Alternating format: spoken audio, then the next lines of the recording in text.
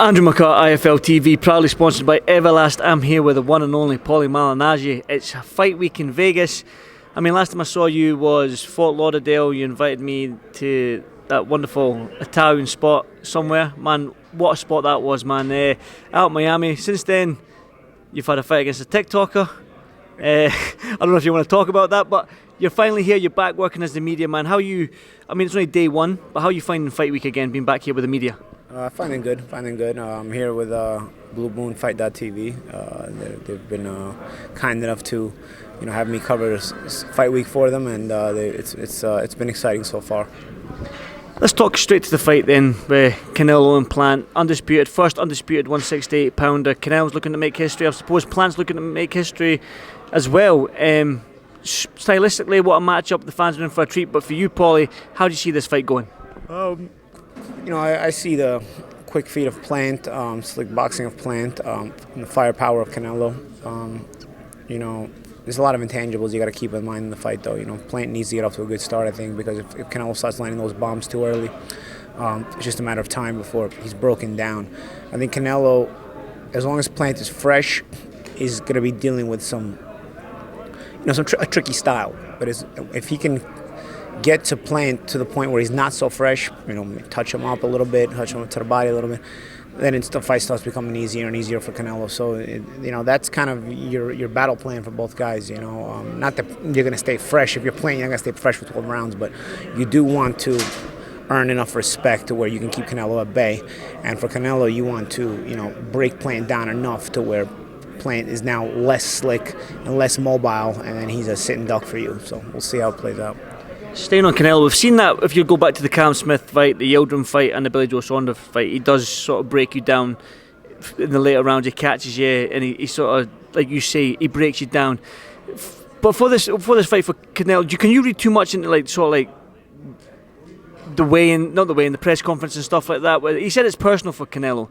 Can we read too much into that Canelo, this might, because I don't know, sometimes fighters take it personal, they can lose the game plan, some people can harness it and take it into the fight with them. How do you see Canelo dealing with that?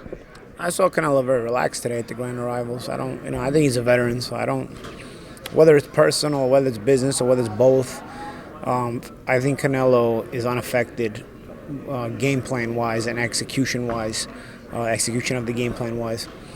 I think both, honestly. I mean, you can see Caleb is a little bit more on edge, but he's the underdog. Everybody's expecting him to lose, right? So that fighter is always a little bit more on edge. He's out to prove something, so he's going to always be a little bit less relaxed and a little bit more edgy because he's angry, But I wasn't surprised by the way they both showed up today. Canelo being more relaxed, he's more used to this big fight atmosphere.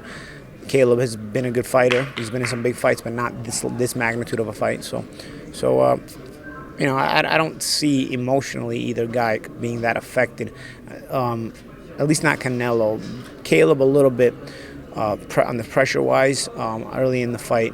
It's probably going to have to do well to stay calm, and otherwise his slick style is not going to be as slick. So we'll see. Talk about Canelo being relaxed. I mean, I was behind you during the Grand Arrivals when you asked the questions in Spanish, which I was pretty impressed. I didn't know you could speak Spanish. So, what did you ask him? Because I didn't understand the word. So, what did you ask Canelo? What did you ask Canelo? Well, I asked him that, he's so relaxed on this big fight week, and it's one of his bigger fights of his own career.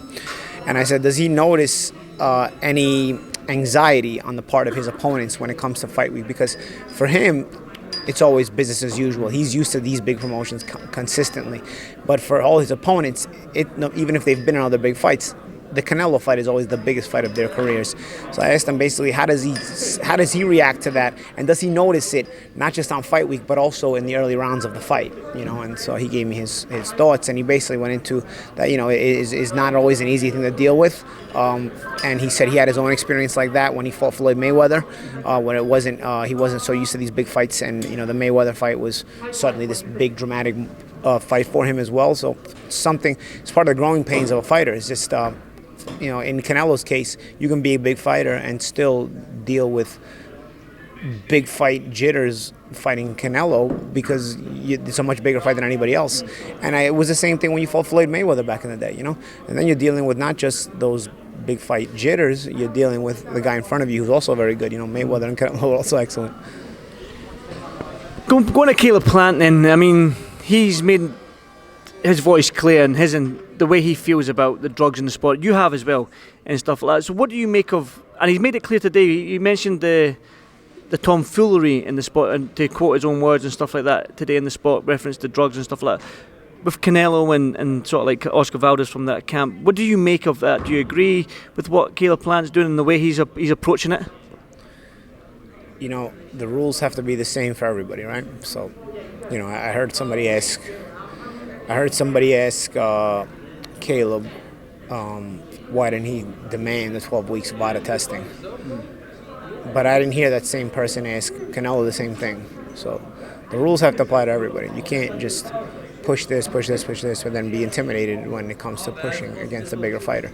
Either you all do it or nobody does it.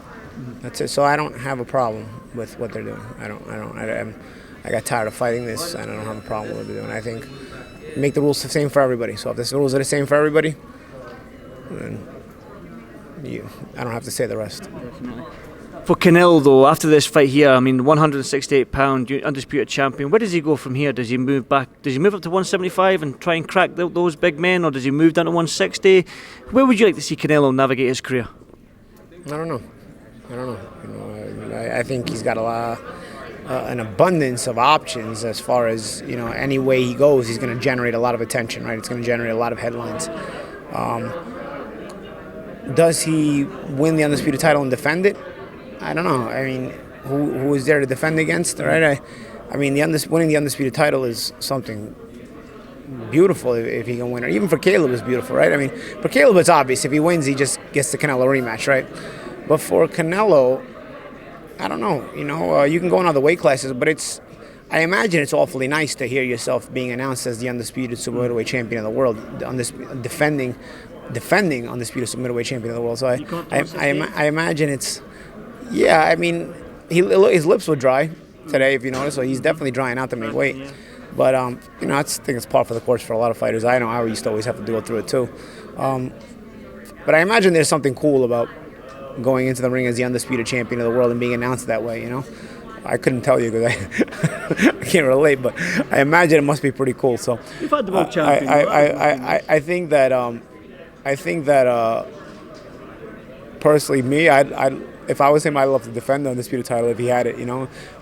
Both guys. I mean, with Caleb, though, I think it's quite obvious he would stay at 168 and have a rematch with Canelo. So he'd get to go into the ring as the undisputed champion if that was the case. But for Canelo, he has a lot of other options. And they might be pretty cool. But I think the undisputed title at 168, being the defending champion of it, being announced that way, being promoted that way, it's pretty cool. Definitely. Listen, I'm not even a fighter, but I would think that would be pretty cool. I want to go back to 3 weeks ago, since you were in the boxing game and you are very knowledgeable about the sport. But I want to go back to Wilder Fury last 3 weeks ago here in Las Vegas. Did you watch the fight, and what did you make of the trilogy? I thought it was a good fight. I thought it was an excellent fight, entertainment-wise.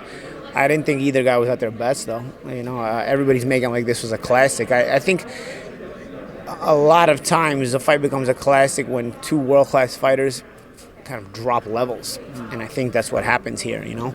I don't think either of them were as good as they've been in the past. They were definitely heavier than they've been in the past, and I think that affected both of their stamina. Both were exhausted from being heavier than they were before, carrying the extra weight on their legs. I mean, by the halfway point, it was just a battle of attrition, and it wasn't.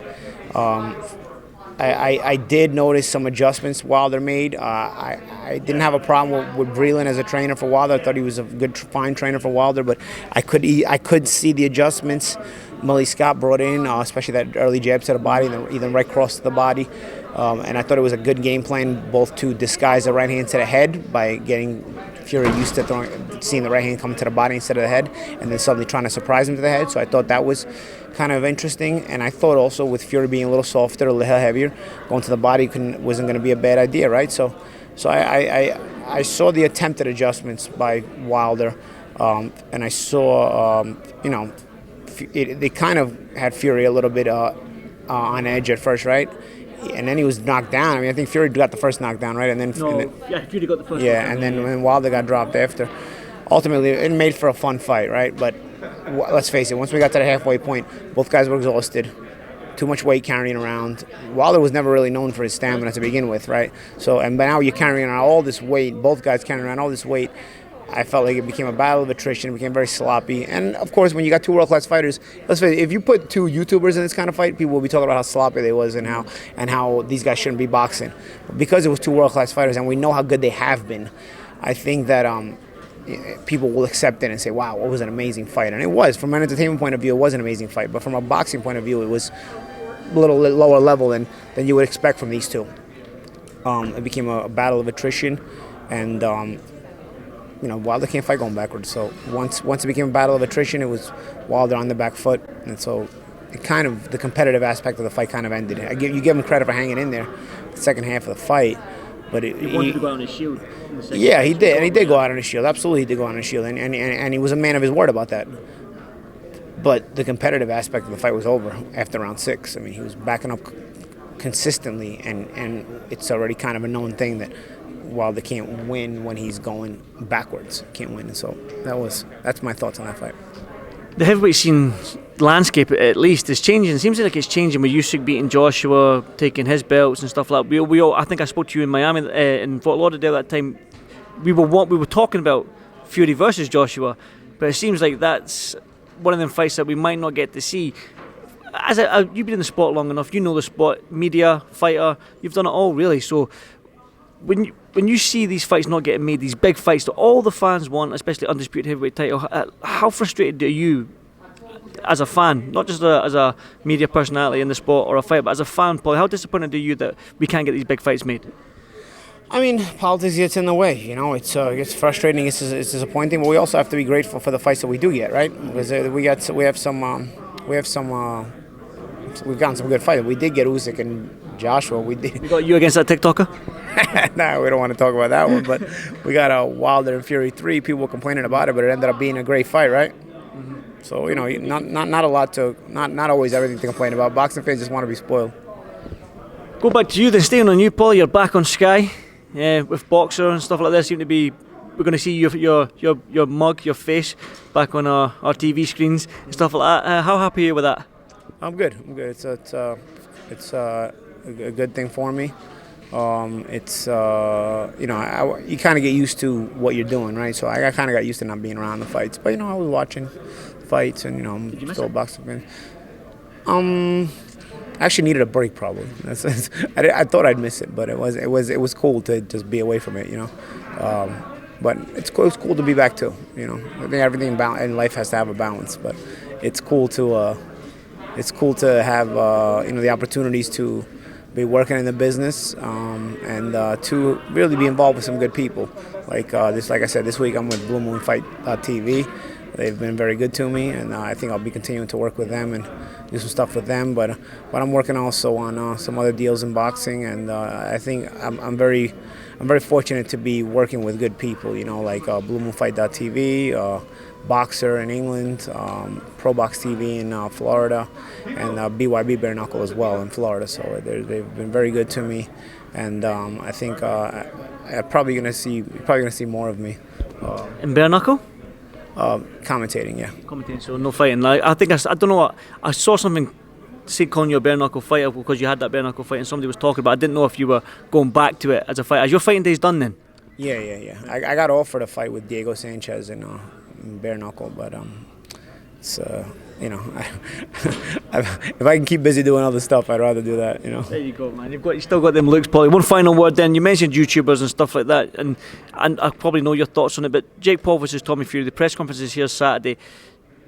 You're a boxing purist, and what's your thoughts on Jake Paul and Tommy's fight coming up in December? And it's entertainment. You got to take it for what it is, right? You can't put them on the same level as the guys you're going to see fight Saturday night, but it's entertainment, right? I mean, Fury has the Fury name, but Fury's probably just as much of a boxer as Jake Paul. It's not like he's got the pedigree of a boxer because he's got the Fury name. I don't think, I mean, I thought he did, honestly. I had never seen him fight until I did see him fight on the last Jake Paul card, and then I said, oh, this kid's not a boxer. This kid's just a reality guy who boxes. So he's just as much of a boxer as Jake Paul, but the Fury name obviously has a lot of legacy now with Tyson having had the career he's had. And, of course, Jake, having the popularity that he has also brings a lot to the table. So, as long as you know how to judge and how to take it, why not? Go for it. Definitely. Well, Paulie, I won't keep you much longer. I do appreciate your time and stuff like that. I know you're probably busy doing your own sort of media stuff, but again, for IFL TV, we thank you for doing this for us, and hopefully I'll catch you in the UK one time when you're back over with Sky. But until then, thank you so much, man. Thank you. Absolutely. You'll be seeing me in the UK with Boxer very soon. I look forward to doing some work with them, and I've been with them since the early stages of their meteoric rise, because now they've got the big Sky contract. So I look forward to being out there with and seeing the support of the UK fans as well. Paulie, thanks very much, my man. Thank you.